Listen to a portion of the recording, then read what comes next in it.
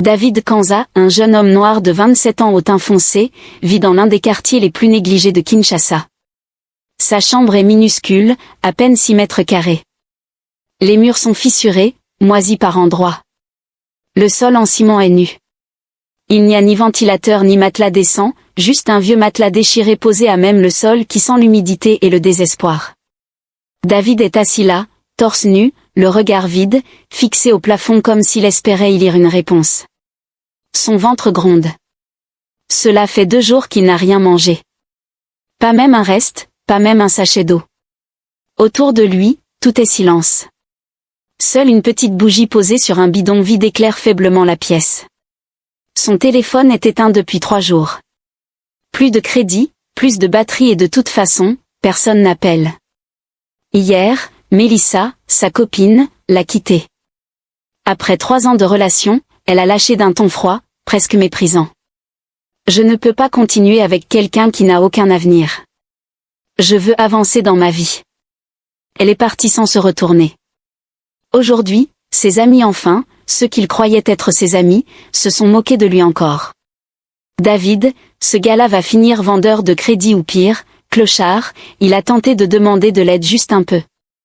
Un billet de 2000, un petit job, n'importe quoi. Mais les regards se détournent, les excuses sont faciles. Désolé, frère, c'est chaud aussi chez moi. Appelle-moi demain. Ou pire, on le laisse en vue. Ce soir-là, David est seul, plus seul qu'il ne l'a jamais été. Le silence est pesant. Même la ville, habituellement bruyante, semble avoir oublié son existence. Il se couche sur le sol froid, enveloppé d'un vieux pagne troué. Il ferme les yeux, mais le sommeil ne vient pas. Ses pensées sont sombres. Il se sent inutile, invisible, rejeté par le monde entier. Dans un murmure presque inaudible, il parle à la nuit. Dieu, les esprits, n'importe qui. Si quelqu'un m'entend, sortez-moi de cette vie. Je suis prêt à tout, même à faire un pacte.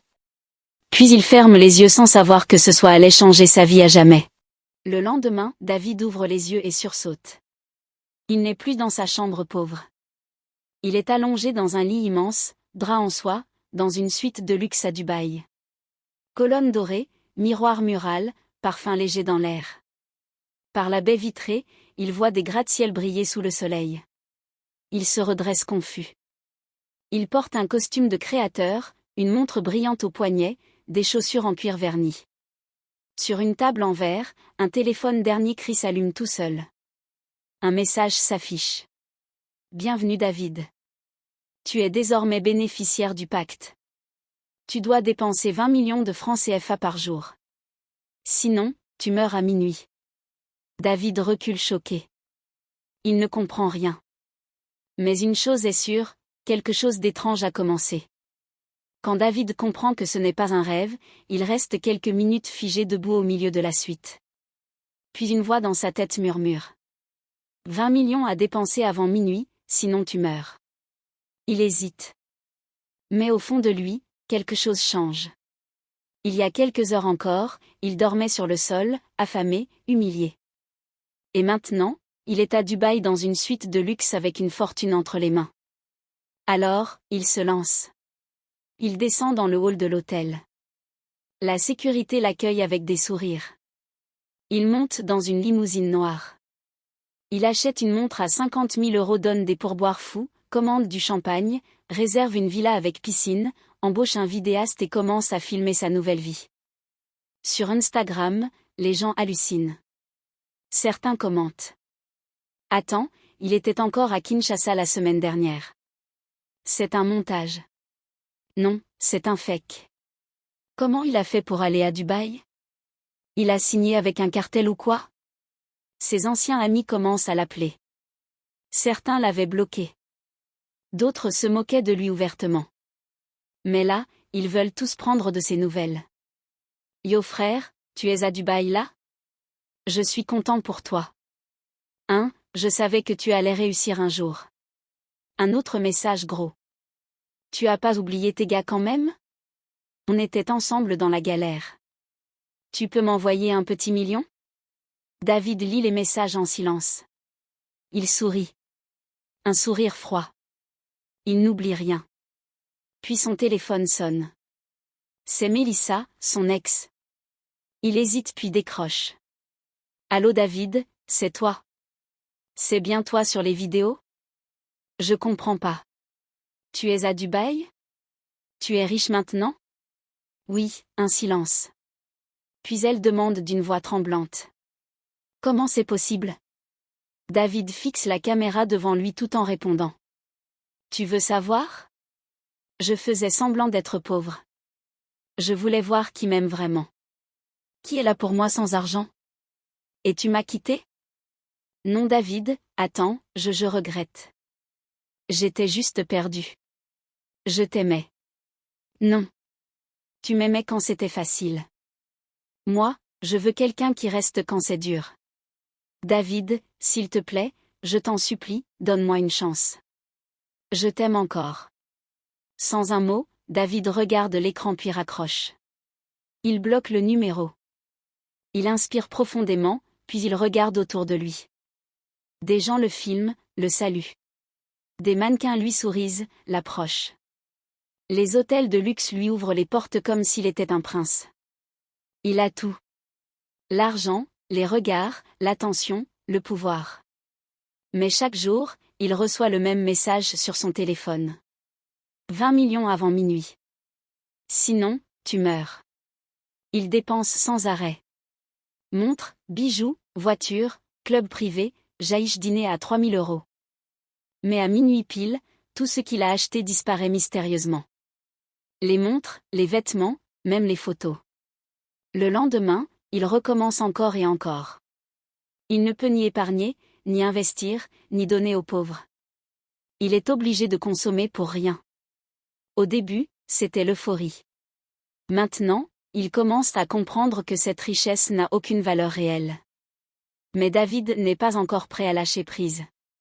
Il profite, il s'expose, il se venge. Et dans chaque geste, dans chaque regard, il y a cette pensée cachée. À quel moment ce rêve va-t-il devenir un cauchemar? Les jours passent et David s'épuise. Chaque matin, le même message s'affiche sur son téléphone. 20 millions avant minuit, sinon tu meurs. Il ne compte plus les montres achetées, les soirées sans fin, les appartements loués puis effacés de la réalité à minuit pile. Il est piégé dans une boucle de luxe inutile. Rien ne reste, rien ne compte. Et surtout, il commence à comprendre qu'il n'est pas seul à avoir vécu ça.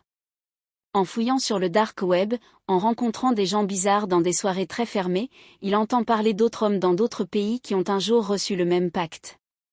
Ils ont tous vécu dans l'excès. Ils sont tous morts avant le 91e jour. Pas de funérailles, pas de corps, juste des disparitions. David comprend que le compte à rebours est réel et qu'il approche. Mais un jour, alors qu'il se réveille à Dubaï dans une autre suite luxueuse, quelque chose cloche. Il appelle son chauffeur. Pas de réponse. Il descend, veut acheter un bijou. Boutique fermée. Il tente de réserver un dîner. Tous les restaurants sont inaccessibles.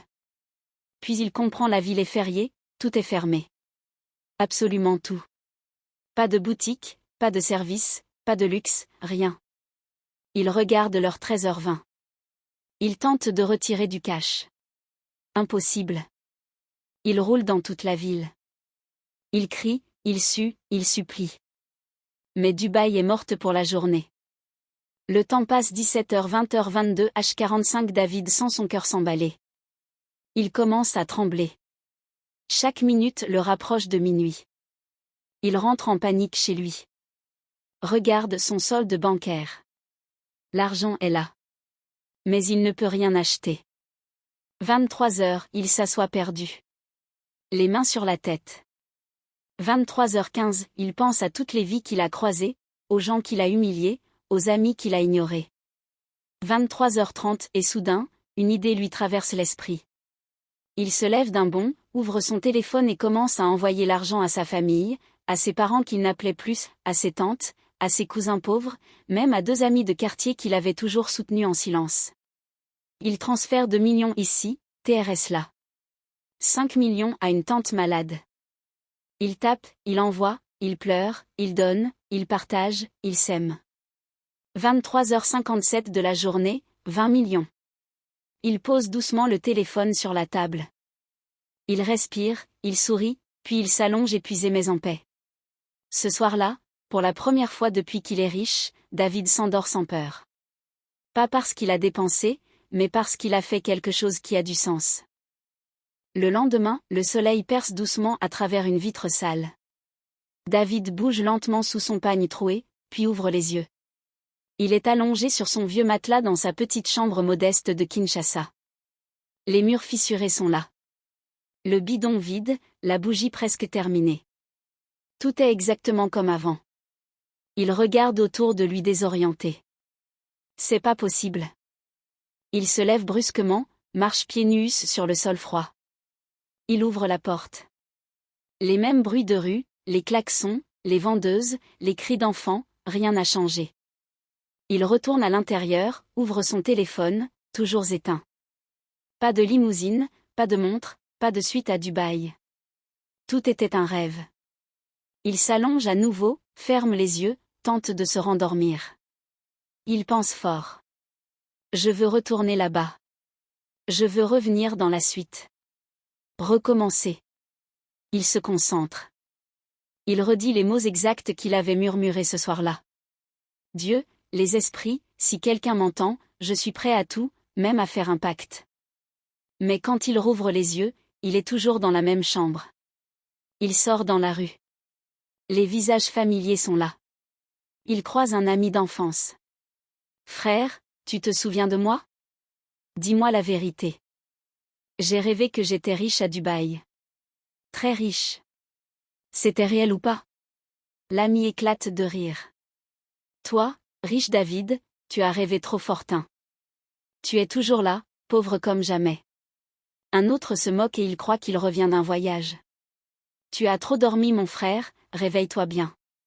David sent son cœur se serrer. Il baisse les yeux. Il sait maintenant ce n'était pas réel. Mais les jours passent et chaque soir, il recommence. Allongé sur son matelas, il murmure encore. Dieu les esprits. Si quelqu'un m'entend, je suis prêt à tout. Mais rien ne change. Plus de rêves, plus de Dubaï, juste la vraie vie. Et puis un soir, David ne parle plus. Il reste juste assis, silencieux. Il regarde ses mains abîmées mais vivantes. Il regarde autour de lui. La chambre est pauvre, oui, mais réelle. Et là, quelque chose change dans ses yeux. Il dit tout bas, si j'ai fait un rêve comme celui-là, ce n'est pas pour me torturer.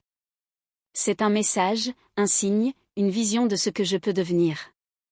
Pas avec un pacte, pas avec des raccourcis, mais avec de la foi, de la force, de la persévérance. Il se lève lentement. Son regard n'est plus le même. Je vais me battre parce que je peux le devenir. Pas demain, mais un jour, moi aussi. Je serai riche. Pour de vrai, après des jours à ressasser son rêve, après avoir tenté en vain de le reproduire, David comprit qu'il avait besoin de réponses. Il se rendit dans une grande église moderne au cœur de la ville. Après avoir expliqué son besoin à l'accueil, un assistant le guida vers un bureau à l'étage. Le bureau du pasteur était vaste et luxueux. Sol en marbre brillant, fauteuil en cuir noir, bibliothèque murale garnie de livres anciens, une grande croix dorée accrochée au mur derrière un bureau massif en acajou.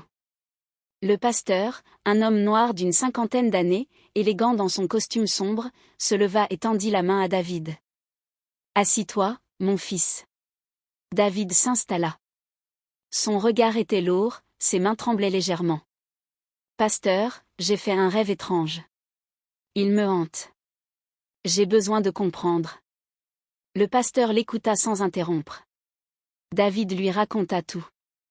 La richesse soudaine, le pacte, les sacrifices, la pression, la panique et ce réveil brutal suivi d'un vide qui n'arrivait pas à combler. Silence. Le pasteur ferma les yeux quelques secondes puis les rouvrit lentement. David, ce que tu as vu est une vision, pas un simple rêve, c'est une alerte, un appel. Tu as été choisi, mais tu es à la croisée des chemins. Il se leva, fit quelques pas dans le bureau puis s'arrêta près de la grande fenêtre qui donnait sur la ville. Tu as deux choix. Il se retourna vers David. Premier choix, tu travailles dur. Honnêtement, tu construis ta vie petit à petit. Tu vas souffrir, douter, chuter parfois, mais un jour, peut-être dans 30 ans, tu atteindras un niveau que même ton rêve n'a pas pu imaginer. Ce sera long, mais ce sera vrai et personne ne devra mourir pour ça. Il s'approcha du bureau, posa ses 2 mains dessus et fixa David droit dans les yeux. Deuxième choix, tu peux aller voir un marabout, lui raconter ce rêve et lui, il te proposera de le rendre réel. Il te fera signer un pacte, un vrai. Et là tout commencera. L'argent, la gloire, les plaisirs rapidement. Mais tout aura un prix. Un prix que tu ne choisis pas. Un prix que tu devras payer, même si ce n'est pas toi qui souffres directement. David resta figé. Ses yeux ne clignaient plus. Tout en lui tremblait intérieurement. Tu as été averti dans ton rêve. Tu ne peux pas tout avoir sans conséquence. Maintenant, tu sais que c'était vrai. Le silence dans le bureau devint pesant. Seuls les bruits étouffés de la ville au loin rappelaient que le monde continuait de tourner. David sort de l'église seul, pensif. Il traverse le grand parking vide. Le soleil tape fort. Il marche lentement comme s'il portait un poids invisible sur les épaules. Il lève les yeux vers le ciel. Ferme les yeux. Silence. Et toi, si tu étais à la place de David, que ferais-tu? Travailler dur, attendre, espérer ou aller signer et tout avoir maintenant en sacrifiant une partie de ton âme?